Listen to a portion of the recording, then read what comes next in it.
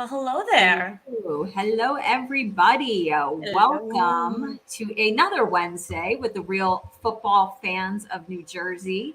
This is episode 239. We are getting to the very end of the NFL season. We, in fact, do know our Super Bowl matchup now.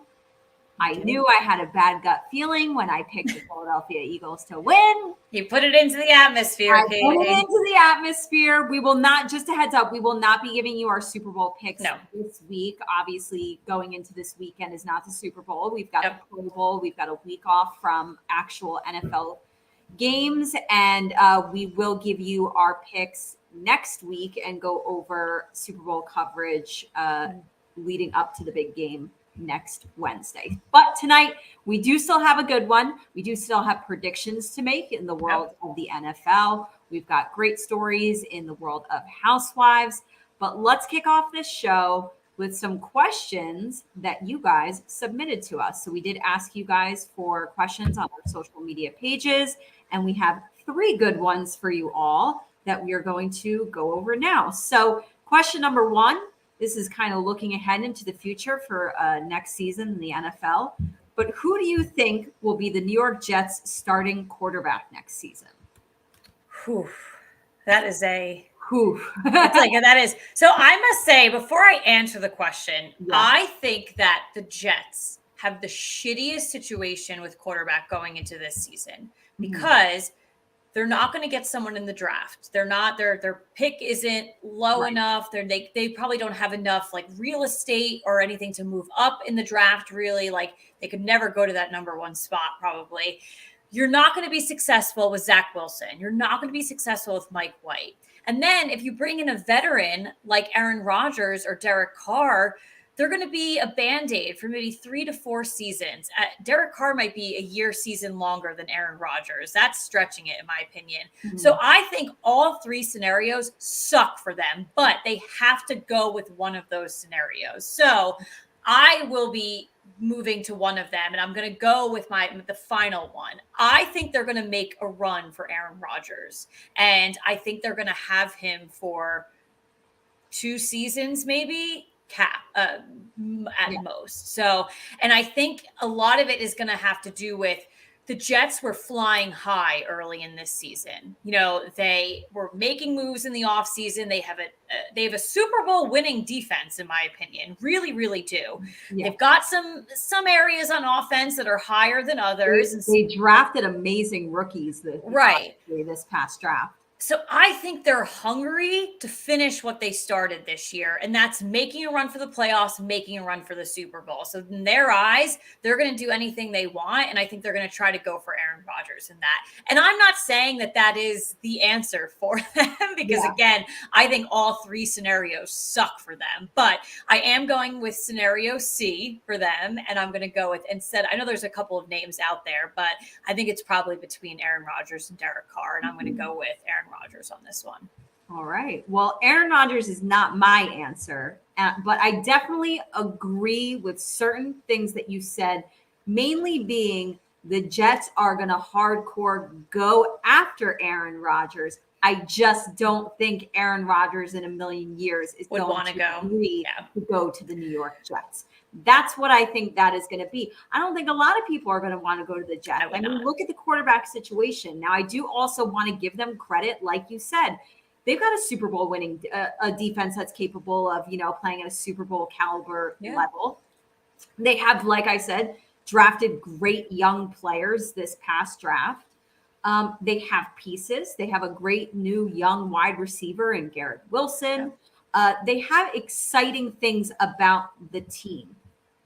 That being said, I just still think there is that dark cloud, that stigma about playing for the New York Jets that I genuinely do not think Aaron Rodgers, I think maybe he'll sit, he'll entertain, he'll listen. There's no way in hell that man is going to say, I want to go play for the New York Jets. Yeah. My answer is the other name you brought up. I do believe it's going to be Derek Carr. Yeah. But I was kind of like laughing to myself right before we got on the show, because like, you know how we've talked on the show about how there's not like a ton of great free agent quarterbacks this offseason. And we gave like our top three, and both you and I were talking about one of the top people to go after, which is Geno Smith. And I was kind of like laughing to myself of like, wow, how full circle would that be if the Jets were like, we're sorry we almost ruined your career. We're sorry we broke up with you. We realized it was us. It wasn't you. You come back to us now. Baby, come back. You can blame it all on me. And listen, I don't think the Jets are going to try to go after him, but I was laughing before thinking about how funny that would be. But I do think it's going to be a strong push for Aaron Rodgers. Yeah. I'll entertain it. And I think Derek Carr will be the fit. And actually, Aaron Rodgers is the quarterback I predict for the Las Vegas Raiders. Okay. So we shall see. I mean, I think interestingly enough, if like Daniel Jones had like a mediocre season and like the Giants, it was pretty clear that we were going to move on, that probably would have been best case scenario for the New York Jets. Maybe. A local guy. He's already here. It's not a big, let me attract you to the New York area. He's already been in New York for 4 seasons. So, but hey, good for us. He had a great year. So we're looking to extend him. But that probably would have been their best bet. That would have been a 4 scenario case that what they would have had. So. And obviously Lamar Jackson being the most coveted quarterback free agent, but Baltimore is going to do whatever they need to do. As they should. So I think it'd be stupid if they did not. So I can't imagine another universe where that happens. So. All right. Question number 2. This, I guess, obviously goes into our next story. We're going to be talking about coaches, but, it is official. Sean Payton is the new head coach for the Denver Broncos. So does he make it to the playoffs in the next 2 seasons? Yeah. I mean, talk about ironic to put all your eggs in one basket with Russell Wilson and now literally do the same thing with your head coach. Yeah. Like they gave up a decent amount now to get Sean Payton. So they're really just throwing everything at 2 key areas right now. So I'm going to go with no. That division is really, really tough. Even with, you and a lot of people thought Denver was going to be really good this season. I stayed very, kind of on the fence and just stood back for a lot of it. And I was just like, let's see what happens. But going into this season, that division was like, wow, could these 4 teams be the one that go to the play? Could that be a thing that 4 teams are going and things like that? Or even 3, obviously. The Chargers, so close this year, up and down season, but so close near the end. You've got the Chiefs, and then the Raiders, kind of new quarterback actually turned them around. It could be possible. Maybe Rodgers. It could be. That could do it. And if he's there for 2 seasons, that's the next 2 years. So I got to go with no on this one. I think the work needs to be done in Denver. I'll give you 3 to 4 seasons. We saw a lot of good AFC teams this year. I definitely think they were the stronger conference. Really hard to win in that division. It's going to be the Chiefs. And if not the Chiefs, it could still be the Chargers. It could be. But then it's going to be difficult.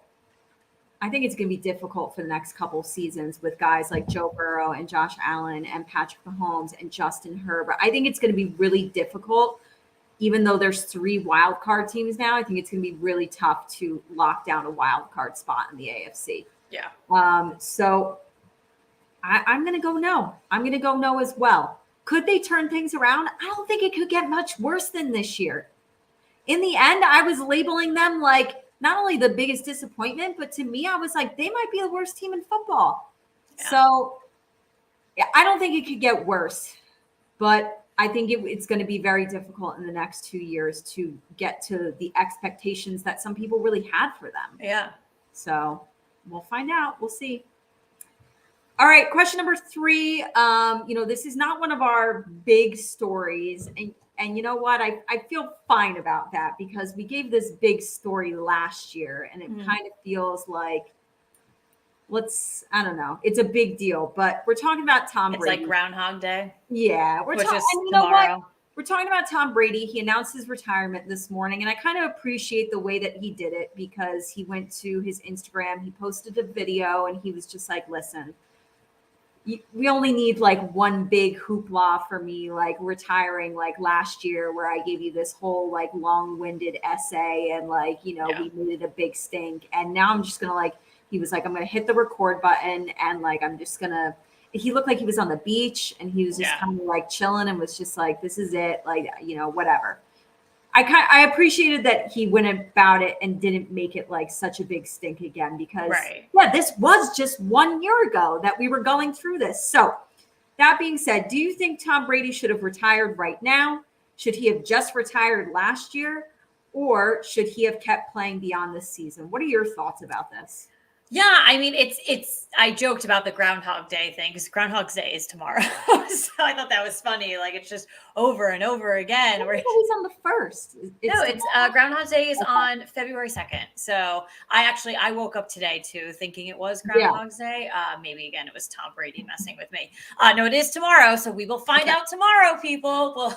We'll let you guys know if we're having more winter or spring. So I agree with you. Like, I think the approach was definitely good for him. I gotta say that after watching this season of him, not being the greatest, making it to the playoffs, like barely and like barely surviving, like that's not the Tom Brady that everyone knows. It's, he's a winner. He goes out there and wins games. He was very frustrated this season. And I'm not even put away the personal shit. I'm not talking about that. He was frustrated in games with his own teammates, with himself. You could just see it every game. I think Katie, during this season in 17 game, we're talking about him every other week of something crazy that he did, an altercation on the sideline, throwing the tablet, things like that, just not having a good year. So in my opinion, obviously you can't change your, decision or go to flashback, but I think last year truly should have been it for him. And that's it. And go out on that. But I gotta say too, I admit I will not believe this until we are week 1. It's like when Josh McDaniels went to the Raiders. I did not believe it until we were week 1 and he was standing on the sideline. I will not believe this.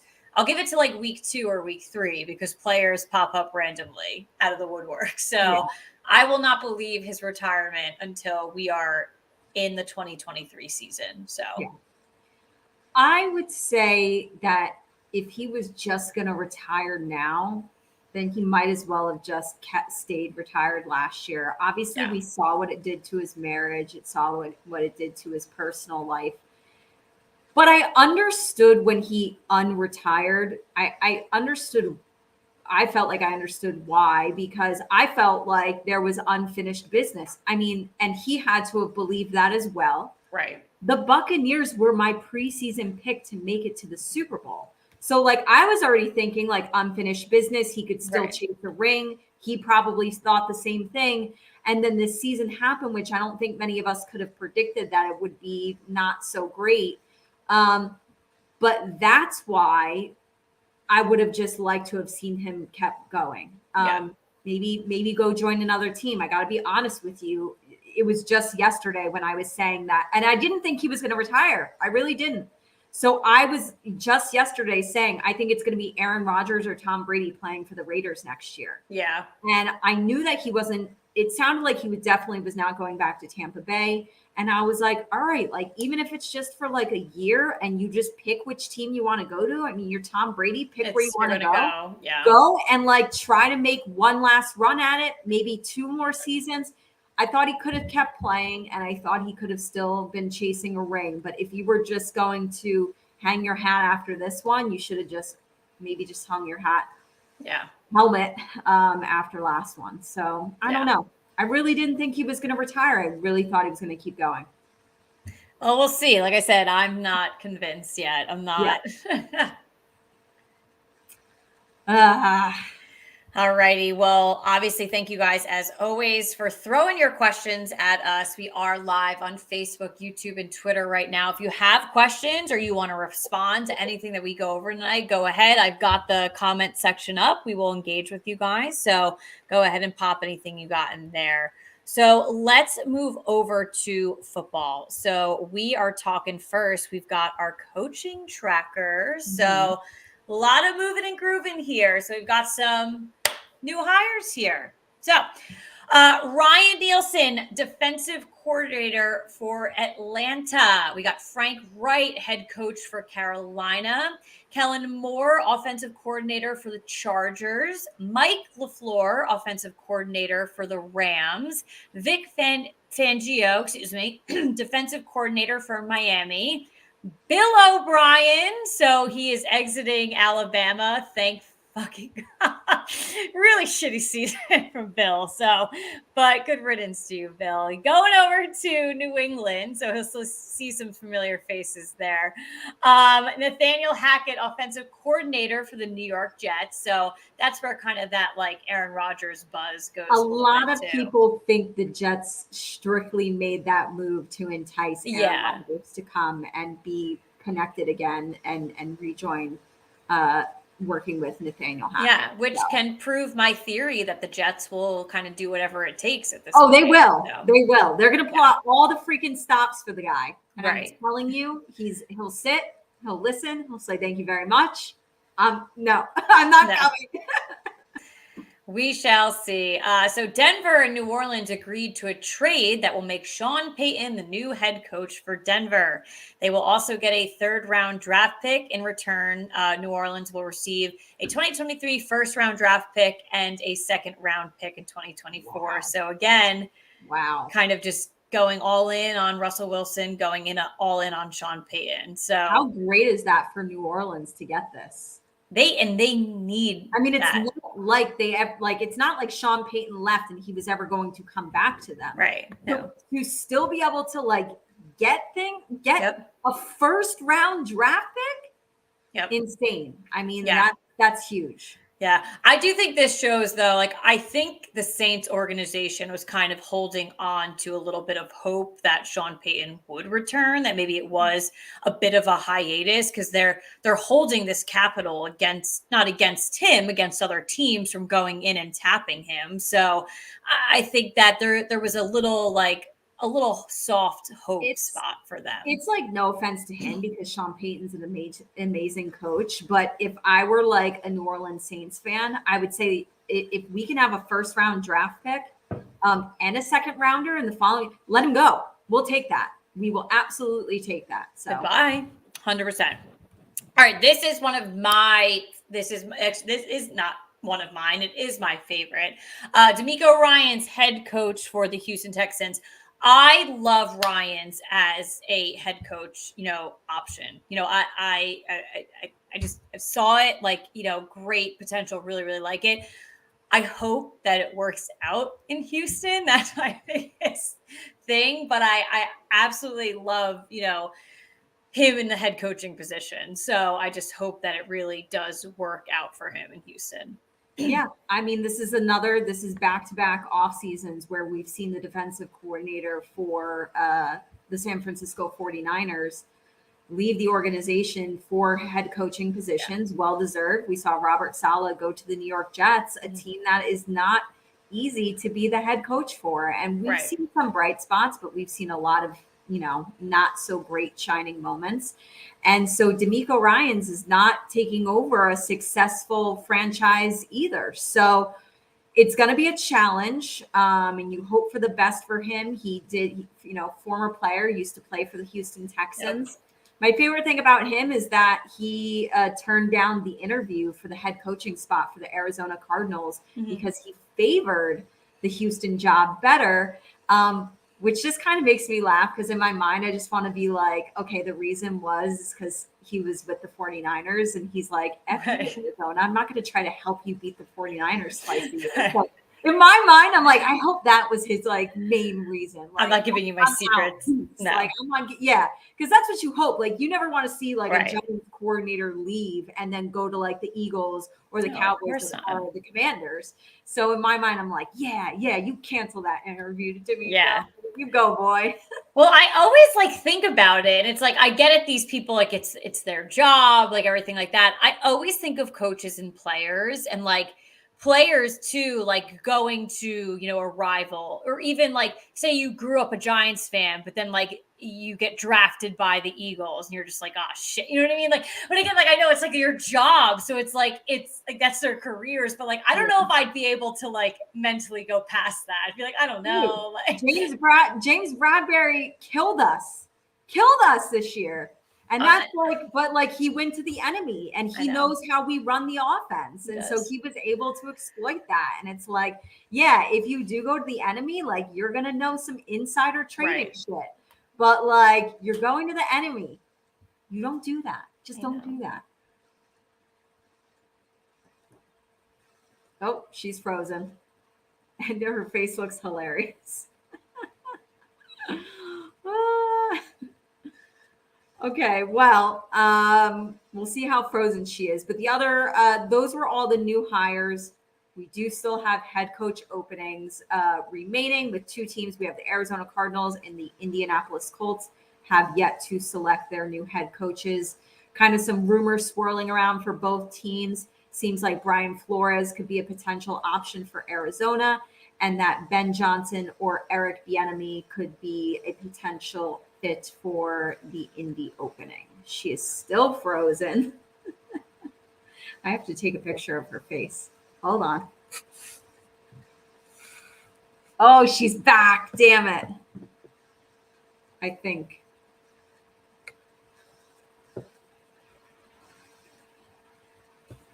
I'm back. Back. Aw, you came back at the worst time because I went to take a picture of your face. It was so funny how you were frozen. Well, that was the weirdest freeze I've ever had because it said my internet was out, but on like it wasn't. Like my phone, full bars, everything. So like I guess my computer was just like F you for a couple seconds there. So but I did round it out just to let everybody know about the head coach openings that are remaining with Arizona and Indy and potential fits for them.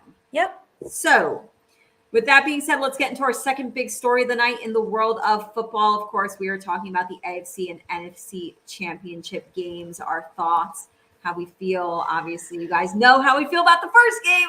Not feeling great. The NFC championship game. We saw Philadelphia beat San Fran 31-7 behind 4 team rushing touchdowns from Philly and a monster game from my MVP pick. I put it out there. I put it into fruition. You did. Linebacker Hassan Reddick, who had 3 tackles, 2 sacks, 1 forced fumble, and a forced fumble recovery. Of course, he had that monster hit on quarterback Brock Purdy. So San Fran lost him early in the game due to a UCL tear in his elbow. Backup quarterback Josh Johnson then came into the game for the 49ers for a little bit. I didn't even know that guy was still in the league. Before he left with a concussion. This left the 49ers with no quarterbacks. They were speaking about maybe Christian McCaffrey would be the next one to potentially play quarterback for them. And it ended up being that Brock Purdy came back into the game. But the worst part about that was he came back in, and for the rest of the game, San Fran only ran the ball. He was only able to hand the ball off. He wasn't able to make a throw. He said with that tear, he didn't think he could throw it 5-10 yards. It really was a shame for, of course, a shame for 49ers fans, but a shame for NFL fans across the board that wanted to see a really good competitive game. Right. In that scenario, like any of the 31 other teams in the NFL, playoffs or no playoff team, could have come in and beat San Fran under those circumstances. Like it just made it a completely unwinnable game. Now, I don't want to take things away from Philadelphia. They obviously played a really nice game on both sides of the ball, but it left much to be desired as far as a competitive, fair NFL game. Oh, I don't want a competitive Super Bowl because I would love for the Chiefs to just stomp out the Eagles. But it's you as an NFL fan, like you are at this point, you are itching for a good Super Bowl because Yeah. it's just it a very poor way to start off the weekend for sure. But Yeah. I I don't know. I just that situation, like no one pulls that like no going into that game. Yeah, we're gonna go to Josh Johnson and he's gonna get a concussion, and then Brock Purdy, you have to go in, but you're not really doing anything. You're just passing the ball off. Like I must say, like At that point, just let Christian McCaffrey run it from the Wildcat or something. who gives a like anyone throw the damn ball? I think that, and I think I heard this on the radio, and I 100% agree with it. It was probably on the fan. I think Kyle Shanahan gave up in that game, and I think he was down to like his literal last resort. There was nothing there. So at that point, who gives a damn? You don't have anything else to do. We saw Christian McCaffrey throw it one time.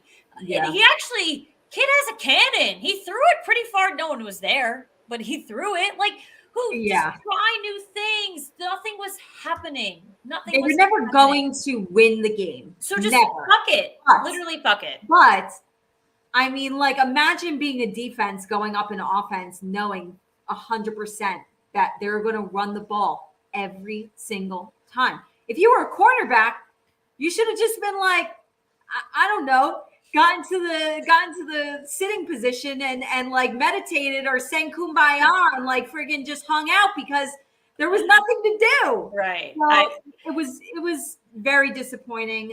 Philadelphia, they're heading to the Super Bowl for the first time since the 2017 season when they won the whole thing. So gross.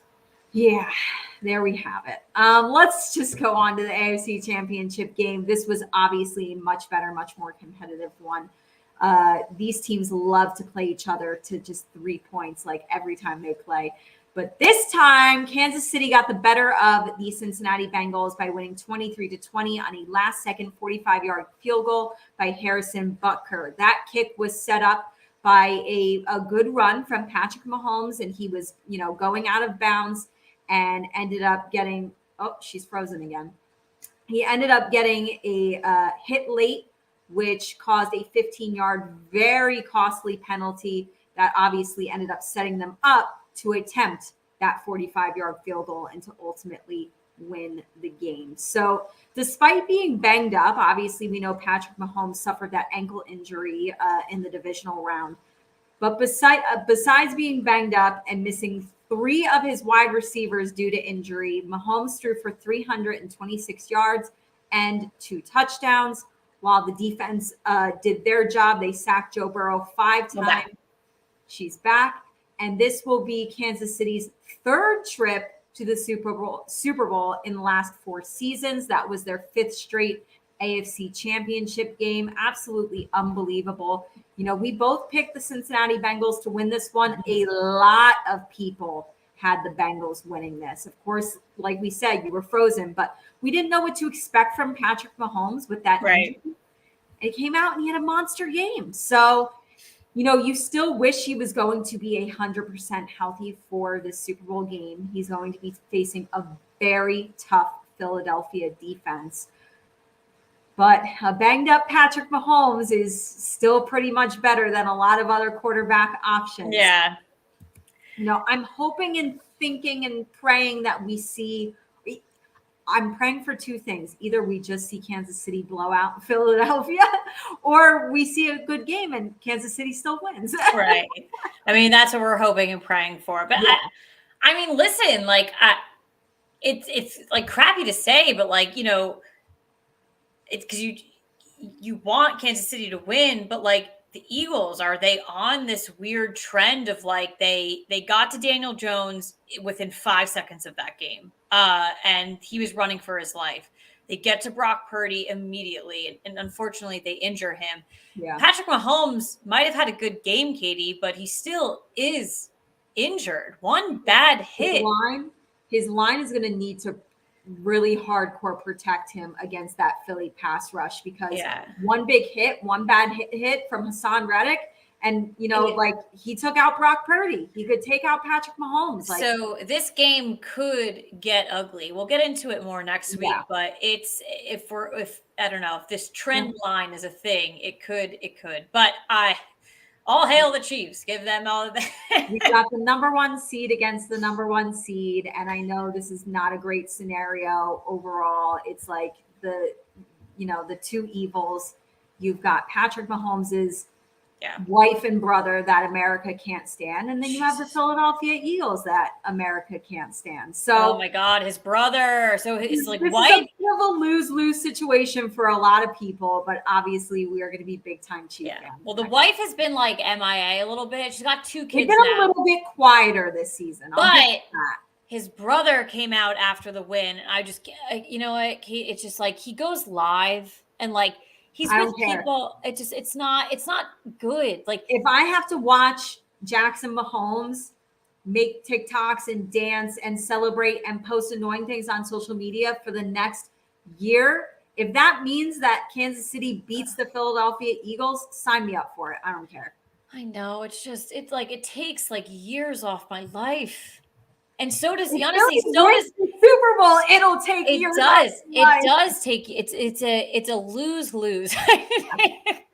It's not a great scenario. I really would have loved Joe Burrow to like be our hero. Yeah. So cool. Like take out the Eagles. That would have been great. Would have loved that. And Joe Burrow's been on like the uphill trend here. Like the ladies are loving him. A lot of girls that don't like football, they're getting on the Joe Burrow train. He's obviously not something bad to look at, but he was on the high before last week. So he's got the swag, and it could have been our hero. If someone's going to knock him off, like it would be Joe Burrow to do the job. But Patrick Mahomes, you can do it as well. I believe you can do it too. Just don't involve your family. All right, well, let's get into our big stories of the week in the world of housewives. We're doing housewives quick hot topics. We got some juicy ones here for you. On Sunday, Page Six reported that Roni legacy might not be happening after all. So there has been a dispute over how much the cash should be paid. And apparently Bravo has hit pause on contract negotiations. However, Andy Cohen seemed to shut down rumors on Monday by tweeting, "Don't believe everything you read, #Roni legacy." So I'm not really concerned, especially with Andy's tweet. I think this is still going to happen. I do believe both of these things, though. Like, I believe that there's probably contract disputes. I guarantee you these ladies want more money than Bravo actually wants to pay them. And they're just going and hitting the pause button. That could be true, too. Like, okay, we're not agreeing. Let's, let's return to this discussion like in however many days or weeks, whatever. Yeah. But Andy tweeting that makes me feel like it's safe. And it's yeah. When I saw that, I definitely felt a little happier as well. But there was even like stuff like today, like about, I don't know, like it is weird. Because I think about it, of course there is money issues and like these women are going to demand money, but they are literally rebooting Roni. So that's another, like, they probably literally budget per franchise. So right now, technically, Roni has 2 buckets. So Bravo is literally budgeting to 2 separate groups right now. And I told you, I'm like really nervous about the Roni reboot. I think that has the potential to tank, whereas Roni legacy, like people are going to cling on to that more. Like these are the women. So pay them. Give the women what they want. Yeah, like and the other women who are going to be brand new to Roni, you don't have to pay them anything. Like pay them. It's like being in the NFL. Pay them a rookie contract. Like that's exactly what it should be. We're going to be successful cast members, and we're going to make this a successful franchise again. Pay them nothing. Take care of the legacy ladies. Bravo. Honestly, we're literally hand feeding you these ideas. If anything, we're literally taking housewives and football and meshing it together. Yes. Look into what the NFL is doing contract wise. That's literally what you need to do. Absolutely. It's not that difficult. This second story is freaking weird. Caitlin sent it to me. Oh, Katie, I had to reread it like 3 or 4 times before I sent it to you because I was like, am I sending her like false information? Because I was like weird. So on Monday, sources close to the show told people that Brandi Glanville and Caroline Manzo departed the 4th season of Real Housewives Ultimate Girls Trip. They were filming in Morocco last week when Brandy took things too far with Caroline during a party and kissed her multiple times without her consent. Like, what the fuck? I do have a quote on the back from the source saying the kisses were unwanted and Caroline's distress over the matter did not seem to stop Brandy. Things escalated and physical boundaries allegedly were crossed that Caroline felt were serious and uncomfortable. Yeah, I'm sorry. Caroline Manzo was like 60 years old. Like enough. Like, it's weird. Like, that's not even okay for any age. Like, but like, I don't like, probably in Brandy's mind, like there was probably drinking involved, and she probably thinks like it's no big deal because it's not like I'm a guy who's kissing you without your consent. Like I'm another one. No, I don't want anybody kissing me without my consent. That would make me wildly uncomfortable. I would touch be me. Pissed off. I would not be happy about that situation. No. So I stand by Caroline, and I think that's absolutely ridiculous. So I do too. Wild. The following day after this happened, Brandy texted Caroline to apologize, but a decision was still made to remove Brandy from the trip. And then later that night, Caroline decided she didn't want to film anymore, and she chose to exit the show on her own. So we lose both of these women. I don't know how far they got into filming with them all. I stand by. I don't think they were particularly far in. I don't think they were far in. I stand by. So that sucks too. Yeah, I mean, I don't. We wanted Caroline. Honestly, no one wanted Brandy. I did not want Brandy. We could be reporting on this show next week. You never know. Like maybe they'll fly somebody in. Like at least maybe one person. So didn't Tinsley back out? What if they bring Tinsley in? Maybe.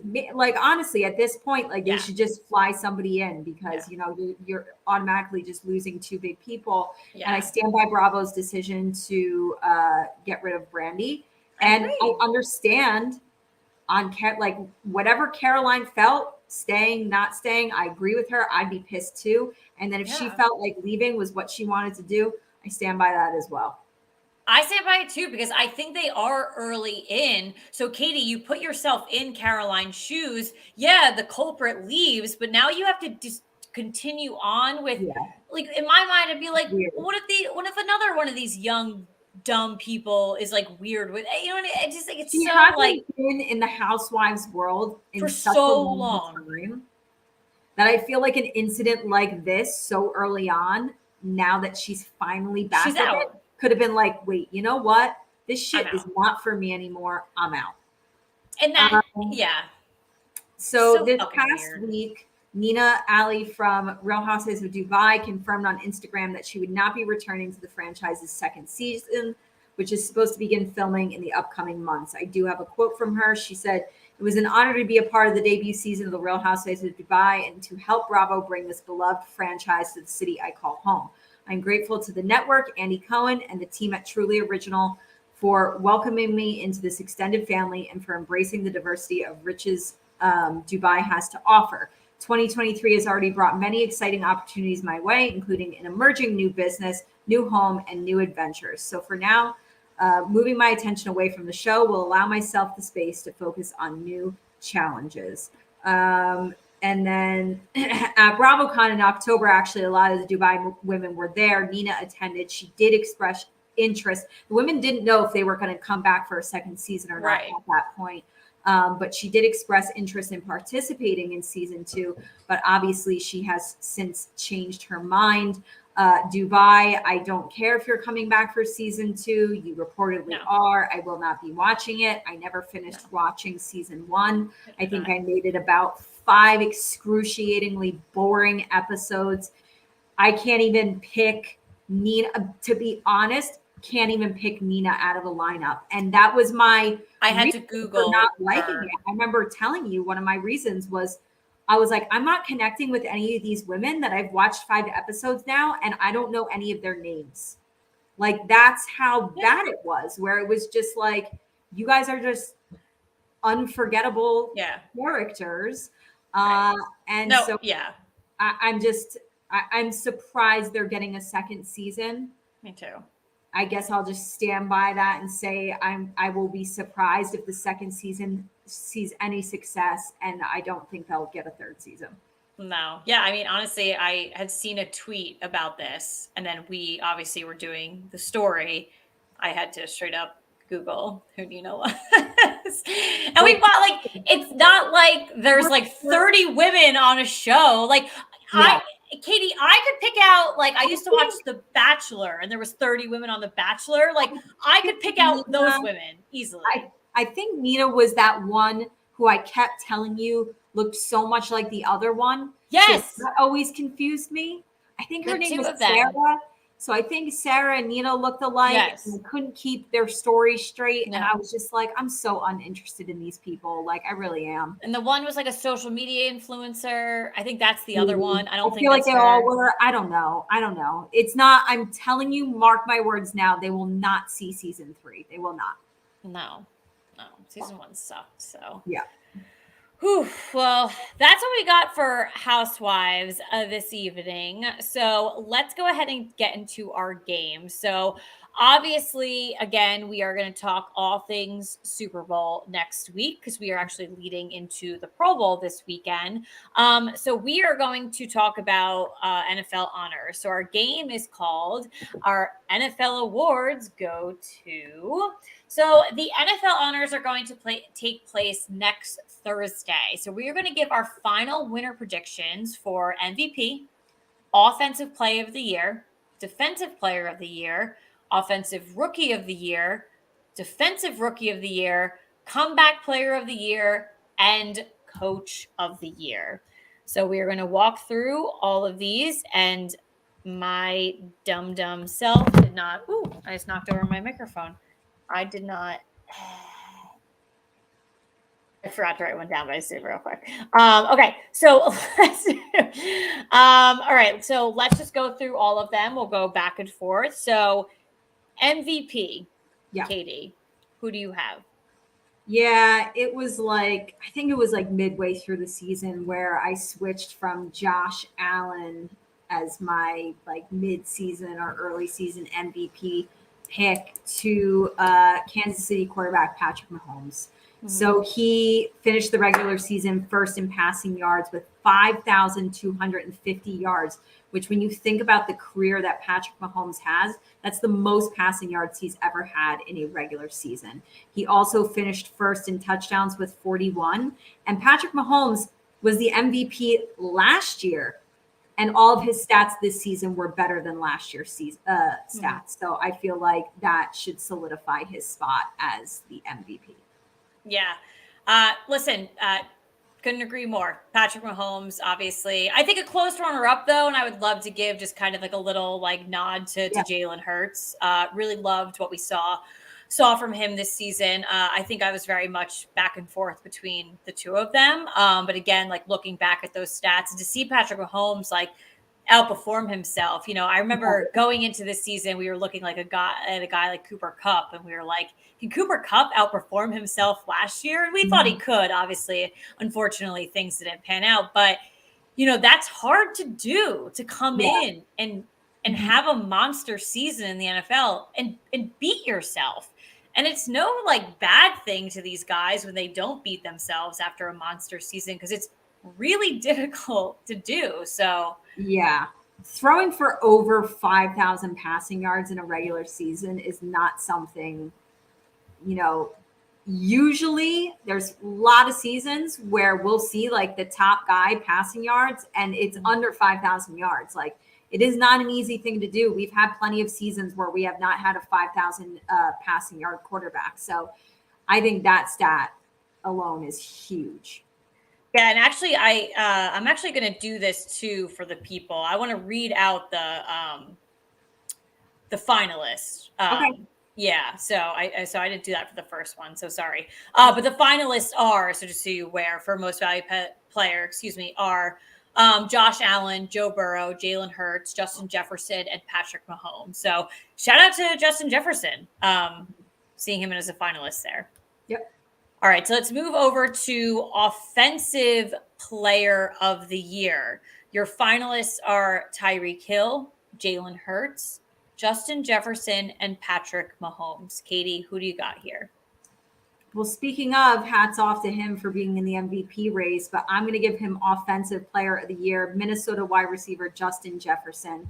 First in receptions with 128. That's a monster number. God damn! First in receiving yards, another monster number, 1,809 receiving yards, 9 touchdowns. I called it before the beginning of the season, saying Justin Jefferson was going to be our receiving yards leader. And he was an absolute beast this season. He is another player that is just so fun to watch. Yeah. He's an absolute baller. So I definitely want to see him get recognized for this award. Yeah, I'm going with Justin Jefferson as well. Really outstanding season here, and he's a player you don't want to go up against. And I know, Katie, we were dreading. The Giants locked him down, baby. We did, but it was still scary. We dreaded the regular season game, and to find out that we had to play them again, that's the first thing that's how you prove real talent. When you are going up against someone and you think of one singular player. We went up against them in the regular season. We go, oh, shit, Justin Jefferson. Right. We get the playoff scenario. We go, oh, shit, Justin Jefferson. Because that proves that you are that guy and you are what is scaring other teams away. It's a player that the whole defensive game plan it's going to surround that everything. And that proves greatness. We'll figure out the rest of it. And that to me proves a great NFL freaking player. So all right, so let's go ahead and we're going to move into our defensive player of the year. And you've got Nick Bosa, Chris Jones, and Micah Parsons as your finalists here. So, Katie, who do you have? I'm going to go with 49er defensive end Nick Bosa. San Fran had the number one 3 for 3. San Fran had the number one defense this year, and Nick Bosa is the top defensive player on that team. Finished the season with a league high sack total of 18 and a half sacks. Guy's an absolute beast. So yeah, I feel like I don't know. I feel like this one's a lock. It's Nick Bosa. Yeah. And I think it should be a lock as well. Other 2 good names next to him, but just really he stands out from the pack on this one. And there's only 3 finalists, so they really could. It was almost like slim pickings here, but really, really phenomenal player. I must call out his, second half of the season. Really just coming out and sealing the deal for San Francisco in so many ways, getting them obviously to the playoffs, getting them to that championship game, and which many of us thought he'd be sealing the deal for them going to the Super Bowl. But, I would say his second half of the year was just truly outstanding. Yep. All righty, let's go. Let's check out our rookies here. So offensive rookie of the year, we have Brock Purdy, Kenneth Walker III, and Garrett Wilson. So you look at this because obviously Brock Purdy probably wasn't a name going in this one, but he is here. So, Katie, who do you have as your offensive rookie of the year? This was one of the tougher ones. And to be honest with you, I'm kind of going with someone who I don't think is the favorite in this category. I think the favorite is Garrett Wilson. I'm going to go with Kenneth Walker. 4 for 4, baby. You don't think he's a favorite? I'm actually shocked. I thought you were going to say like Brock Purdy. I really do think that Kenneth Walker should be a favorite here.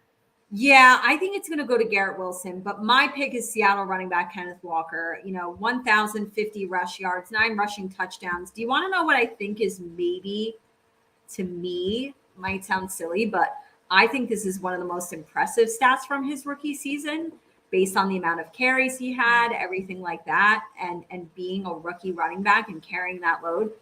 0 fumbles. That's amazing. I think that's an incredible stat. That's an incredible stat, especially as a rookie running back who ran the ball as much as he did. So hats off to, and you know what? Yes, you see the stats and you see that he was 1,000-yard, rusher this year, but it's the way the guy runs. He's Actually, it's kind of funny that he plays for fluid. Seattle. It's kind of funny he plays for Seattle because he's got a very like Marshawn Lynch style to him where he's like a bully, like he's like a mean runner.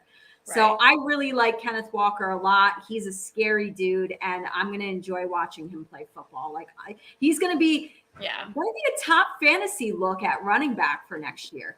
Katie, I'm looking at him. I got to tell you already. He is so monster-esque, and I love the comparison to Marshawn Lynch. But I must say how fluid he is too when he runs. Like he's quick. And it's just like he can like squeeze his way. Like if he's not bulldozing you over, he can find his way through those little skinny spots. And that to me it's terrifying because he can do pretty much everything. And I love everything that you said. I love that no fumble stat like that. So I truly think that, in my opinion, he's got to run with this. But I do understand why some people definitely will look towards Garrett Wilson. But I don't know. I think he should be the favorite in this category. I loved everything I saw from him this season. So definitely. All right, let's go into Defensive Rookie of the Year. We have Sauce Gardner, Aiden Hutchinson, and Tariq Woolen. Who do you got? I think this is a two-man race between Sauce and Aiden Hutchinson. It is.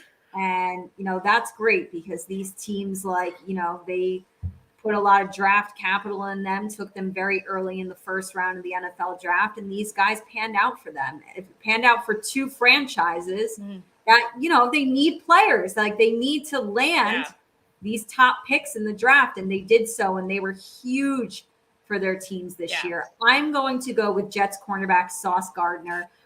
He was first in the league in pass breakups with 20, a true shutdown, lockdown corner.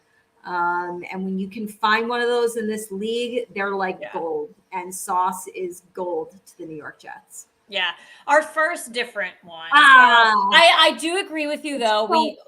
We are on the same page with it's a two-man race. So I'm going to go with Aiden Hutchinson. And it's interesting because you got a corner and you got a pass rusher, and so they're two different positions. Which is cool. This is good. It's totally great to have the diversity there, but then you're trying to compare numbers, but you can't because they're two different positions. Right. But what I really liked about Aiden Hutchinson this year is that not only was he in your face and he was making sacks and he was doing not just even assisted tackles, a lot of solo tackles by himself as well. He had 3 interceptions, I think. And as that's big, for a pass rush. So I really liked that out of him. I thought Sauce Gardner was a great pick for the New York Jets. And I think he's going to scare the shit out of people in the coming seasons. But I guess when I just looked at it, I think Aiden Hutchinson just kind of like completed the circle for me. Like, not only was he going and putting pressure on the quarterback, he was really a threat in other parts of the field as well. Yeah. Super disruptive player. I really enjoyed watching him. And this was a really, really hard one to pick. It's very close. And I think whoever's out there like making these final votes and everything, I think this one is really going to end up being a toss-up. It's going to be hard to separate these two guys. Yeah. Could be a tie. Who knows? There's votes, so could be. All right, let's do comeback player of the year. We've got Saquon Barkley, Christian McCaffrey, and Geno Smith. Those are your finalists. Katie, who do you have? The Geno Smith thing is a weird scenario because it's basically saying you're coming back from like being bad. People didn't take you seriously, and now like that's coming back from being a backup. He's out in my opinion. It's weird, So I think this is between Christian McCaffrey and Saquon Barkley. And all bias aside, I am going with Saquon. Okay. He was 4th in rush yards this year with 1,312. Which was the most rush yards he's ever had in his career, 10 rushing touchdowns, and was really definitely in the first half of the season because I'm saying that like Daniel Jones really started to like turn on in the second half. The first half of the season when the Giants were winning like nail-biting games, it was Saquon Barkley that was keeping the drives alive. He was magical in the fourth quarter. He's so responsible for so many of those wins in the beginning of the season, which only ultimately helped us make it to the playoffs. Took a Giants team on his back, being the veteran, being a captain, and being like, I am the star on this team. and I'm going to play like it, and I'm coming back, and I'm going to do my thing. And unbelievable season for Saquon. Yeah.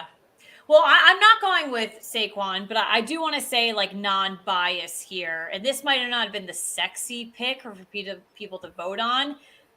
I'm actually a little shocked that someone like Nick Gates wasn't up for contention here. Katie, kid almost lost his freaking leg.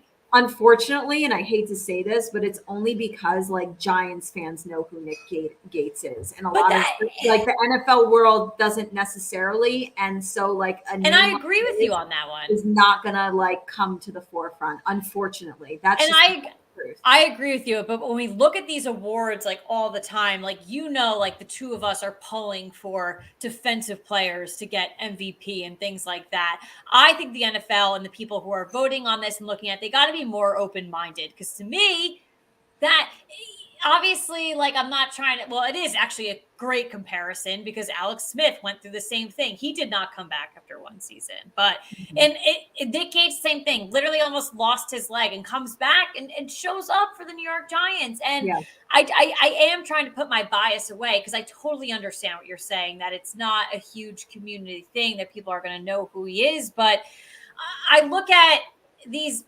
three picks, he could have been a fourth pick. Like, the fact that like Geno Smith is in this category pisses me off to no end. And I didn't even pick Saquon Barkley, but it's like him and Christian McCaffrey didn't come back from like the fucking dead. Like, I don't know. So that's just kind of my little spiel there. But I loved Christian McCaffrey mainly because from his movement from team to team. So I looked at him and Saquon numbers to numbers in the season, very similar across the board as well. They both did some really good things this season. Some of their numbers kind of match. Maybe you're missing by like 100 or things like that. I just think it's very impressive for Christian McCaffrey to leave the team that obviously he's been with for a decent amount of time, go to, a 49ers team and just make an impact immediately. Like, we saw it right away. Yeah, I would say his second game with the Niners, he already looked like he had been there as long as he had been with Carolina. And that's really impressive. How the hell did you like learn this offense already? Right. How are you already doing this shit? Yeah. So like, that's just really freaking impressive. Like, it's not even just talking about coming back off of an injury. You're coming back off of an injury, playing with your team, moving to another team, all in one season, and still putting up pretty damn good numbers. So that's what sold it for me on Christian McCaffrey. All right. And let's move into our final one here. We are on Coach of the Year. And your finalists are Brian Daboll with the Giants, Sean McDermott with the Bills, Doug Peterson with the Jaguars, Kyle Shanahan with the 49ers, and Nick Sirianni with the Eagles. Katie, who do you got? Okay, well, I don't know in the history of the awards if they've done this before. I'm going with co-winners here, and I alluded to this recently on our show, and I'm going with Giants head coach Brian Daboll, and I'm going with Jacksonville head coach Doug Peterson. I think it was last week on our show where I said, like, as much as I love Brian Daboll and I want him to win Coach of the Year, like, we have to absolutely look at what Doug Peterson did. But what these guys have, their common denominator, is that they took over teams that were two of the worst teams in the league last year. It's not like they all of a sudden overnight, like for this season, acquired a bunch of pieces and a bunch of talent. They were depleted rosters. And people would have never pegged either one of these teams to make it to the playoffs. Right. They both did. They both won a playoff game. Not only made it, but won a playoff game. Completely and utterly exceeded expectations. This award to me is when you are facing adversity and your back is against the wall. And what have you overcome? How did you lead your team to success? And that's what I want to note about these guys. That's why I'm not picking Nick Sirianni with a loaded Philadelphia roster. That's why I'm not picking Sean McDermott with a loaded Buffalo roster. Kyle Shanahan, loaded roster, but he did have to scheme for 3 different quarterbacks and actually had the best games of the year with Brock Purdy, which was super impressive. But Brian Daboll and Doug Peterson, they had to truly overcome things and coach their asses off Right. to get what they got out of the teams that they have. Yeah. I'm going with Brian Dable on this one. I'm not gonna pick a co-winner here. I think that obviously we are tied to the New York Giants. We've seen a complete night and day change with everything. I think that Brian Dable is I almost want to call him like an adult. He's like an adult that is in his job, takes much pride with his job. And I think he actually going from coordinator to head coach, obviously we've seen is not easy for many people. Mm-hmm. I think he wears the head coach hat very well. I think he knows what he's doing. He's tough with our guys. He's easy with our guys. He's happy with our guys. He's sad with them. I think it's everything I think he fits everything that a New York coach needs. And I really stand by him, and you could easily see it. No one pegged us to go to the playoffs, win a game, anything like that. The only thing I'll have to say to counter you with Jacksonville, I do like everything that Doug Peterson did this year for them. Coming off of a season with Urban Meyer, like just really, really shitty for not just the team, but for Jacksonville fans and the franchise as a whole. Like really bad look last year. I said they would be the worst team this year. I did not think they were going to go as far. I don't want to get like massacred for this, but I do think that some of their wins this season, especially near the end of the season, were very lucky and random, and I don't know how the hell that happened. I think the playoff game is a big one. I think probably 3 games going into the playoffs, we had a couple of question marks there, and I think that the NFL, sometimes you do look at teams, and I think luck is very much on their side sometimes. Non-biased as a Giants fan, I think we actually did go out and win games strategically this season, and we lost games like we should have lost games. So I don't want to get massacred for that comment, but I think it does. I'm already gonna agree to disagree with you that, and that's fine, especially on that playoff game, because to coach your way out of that big of a hole and beat a Chargers team like that, I don't know. It seems very like luck is on your face. Wouldn't call that luck. Would not call that luck. I know. Like I said, it's not a popular opinion. I can tell you, it's not a popular opinion at all. But all right. But it's good. So we'll see on Thursday. So I think that, it's a good group of people that we got. Not tomorrow. Oh, next Thursday. Sorry. Yeah, next Thursday. It's a good group of guys we got looking at here for every category. Yeah. So I think, anyone could walk away, well, a couple of people might be questionable, but it's a good amount of people, I think, that could walk away with truly deserving this. So, yep. All right. Well, is that point in the night where we get it off our chest? Positive, negative, football, housewives, life, wine, the fact that we desperately need Kansas City to win this Super Bowl. Caitlin, what do you got? That'll be my get it off my chest next week. Just go, win, get it, woo.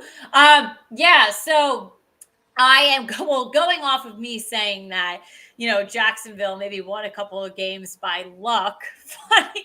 Funny enough, former NFL player Arian Foster was on Pardon My Take Barstool podcast, very, very famous Barstool podcast recently. And this kind of blew up overnight. I woke up to all the tweets and the social posts about it, the video cast, everything that it's clearly a troll kind of comment and things like that. But Arian Foster goes into the fact that the NFL is scripted and that every year they have been given what they are supposed to do as individuals, what's going to happen with their teams, and that the NFL is turning into, he made a comment that it's turning into the WWF. So that is now the WWE, World Wrestling Entertainment. It used to be called World Wrestling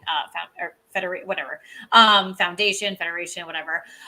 So he's basically saying that every year it's Roger Goodell and the NFL, and they are choosing what is going to happen this season. So I have a couple comments on this, because not only is the video it's pretty freaking persuading, they edited the video heavily. So they do admit that it's pieces together put. So it's not like full raw content of just like admitting things and things like that. But Katie, year after year, we come on our show, and I think this year in particular was one of the weirdest NFL seasons we have ever had. And it's just, you look at it and it's like, how is this happening? We try to predict things, but then this happens, complete 360. That happens. What is going on? How is this? Who is this person? How is Brock Purdy playing for the night? You think of things like that, and it's wild and crazy. And us as NFL fans, you're just kind of like, it is wild and crazy. I love this sport. I love football. But then you hear something like this and you just crack up because you're like, you know what? Like, could be friggin' true. Could be friggin' true. So I just thought the video was really funny because it could definitely persuade you to think that the NFL is scripted. There are so many questionable things sometimes where I could definitely be gullible and think it, to be honest. Like, maybe they tried to do that.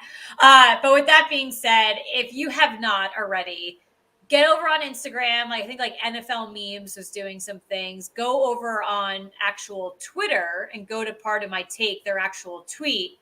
View the quote tweets. People have gone for the last, I think, 15 seasons and pulled out situations that have happened over the last 15 years and said this was a part of the script. So while these tweets are actually freaking hilarious, it's kind of like also makes you question how could this have happened? There's so many, like there's not just one every season. There's several storylines every NFL season that you're just like, nobody in a million years could have predicted that this would happen. So funny. So I went through a black hole today. I think I was looking at tweets for like 15, 20 minutes, and it was all in response to the original video. And it's the funny thing is people like Twitter really did their job today. And the funniest people sent out tweets. If you want to go to my Twitter, it's on here at Caitlin Brower _. I retweeted what I thought were the funniest freaking ones. Okay. And I liked a bunch of really funny ones too. But as I was reading the original like ones, I thought of Eli Manning immediately. And I was like, and I said in my head, like when Eli Manning gets the script that he beats Tom Brady twice in the Super Bowl, someone beat me to it and sent out the funniest. Yeah. And it was the exact one. But there's other ones there. Like there was like Giants World. There was a funny one about Kenny Galladay. There was not a really funny one, but kind of funny about Jason Pierre-Paul when he had his accident. And just like, but the thing, it's a gold mine because it literally brings up stuff from like years ago. Like things that were happening, like Katie, when we were in like, I think middle school or like junior high, like Michael Vick is bringing up, obviously with his very poor pass. So I didn't find those ones funny, but it goes back in time. So I thought it was funny to bring up. I thought it's a very unique, like, topic to discuss, but I hope people keep creating new ones because they're really funny to look at. I'm sure they will. There's a lot of content to go through. Okay, mine's gonna be a very quick, like ESPN, like, come on, man. Come on. I'm going to call out Greg Olson for his commentating this past weekend for the Philadelphia-San Francisco game. This was, I don't know, maybe in like the third quarter or something like that. Like both quarterbacks had already been hurt already. The score was already like way out of hand. And Greg Olson made the comment saying that Jalen Hurts has played a fantastic game. And I'm like, I'm definitely missing something. And I like immediately like pulled up the box score as it was going on live. And I'm like, what is this dude saying? Like, Jalen Hurts has had a phenomenal season. He's up for the MVP award, but give credit where credit is due for each specific game. And I'm not saying that, like, I think Jalen Hurts didn't have to do much in that game. He really didn't. Right. But his stat line for the game, and it was pretty similar to this stat line when Greg Olson said it, 15 of 25 passing for 121 passing yards, 0 touchdowns, And he finished the game with 1 rushing touchdown. This comment by Greg Olsen was made before that rushing touchdown by Jalen Hurts. So he had not rushed for a touchdown, hadn't thrown for a touchdown, only had 15 completed passes, 121 yards. He was blinded by this score and how the team was playing, like, collectively. Right. But to sit there and, like, do commentating and say, like, Jalen Hurts is playing fantastic. Right. What are you talking about? He hasn't had to do anything. He hasn't done anything. Right. So I feel like had this score been reversed, and at this point when he said it, if San Fran was winning 31-7 and he made a comment like that and people saw Jalen Hurts' stat line, they'd be like, are you freaking insane? So it was just like a weird little blunder. Greg Olsen, like, that was a head scratching commentary moment. Yeah. Again, hats off to Jalen Hurts. He's had an incredible season. But to say that he was playing fantastic in that game was a massive stretch, in my opinion. So yeah, I agree, honestly.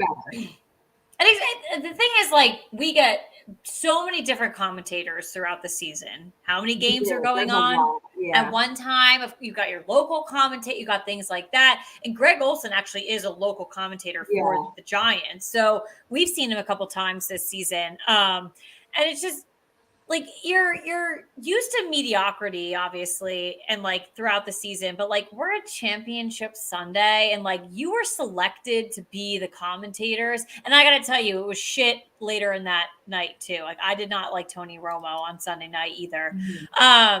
It just was really bad both games, I think, and it just the NFL claims they're picking the best of the best refs, which the reffing sucked both games too. Like, you got to pick the best of the best, like, commentators also. And it just wasn't, like, for a game that I was already sucking, Katie, like, you can't have that suck too. I have this weird feeling because I know I was discussing it with my brother-in-law.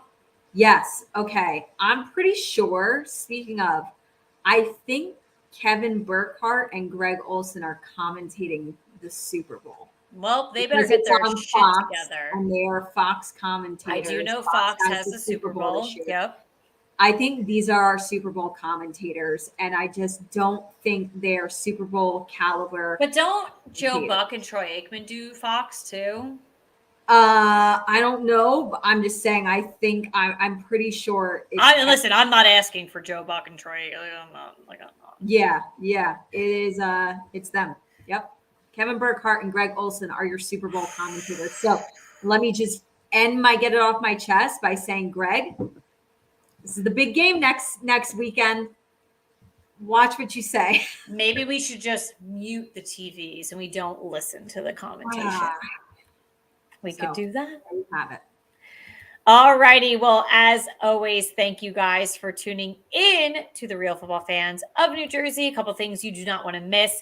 You have the Real Housewives of Salt Lake City. It is part 2 of the reunion is on tonight. It is Wednesday. So if you're listening to the podcast, you already missed it. At 8 p.m. Eastern. And then Potomac is still on Sundays at 8 p.m. Eastern as well. All right, we're moving into Pro Bowl weekend. So you're getting the Pro Bowl skill challenges on Thursday at 7 p.m.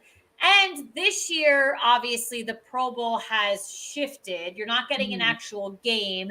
It's still a lot more skills. I think we're getting wild things like dodgeball. I think we're getting fun things too. So be on the lookout for that. I think it'll be cool. I've already seen, I don't know if you saw the field, they set it up already, things like that. It's Eli and Peyton. So I'm a little intrigued. So we'll see. We'll see what happens. So they are taking a completely different spin this year. So, but check that out. So you've got 7 p.m. on Thursday and then 3 p.m. On Sunday. So go ahead and check that out. Well, the next time we see you guys, we're going to be talking about the Super Bowl. This season absolutely flew by. I don't know where the hell it went, but we'll be talking about the Super Bowl and get ready because we'll have a jam-packed show for you guys next week. But as always, thank you guys for joining us. Go Chiefs. Go Chiefs. Go Chiefs. Go Chiefs. Go Chiefs.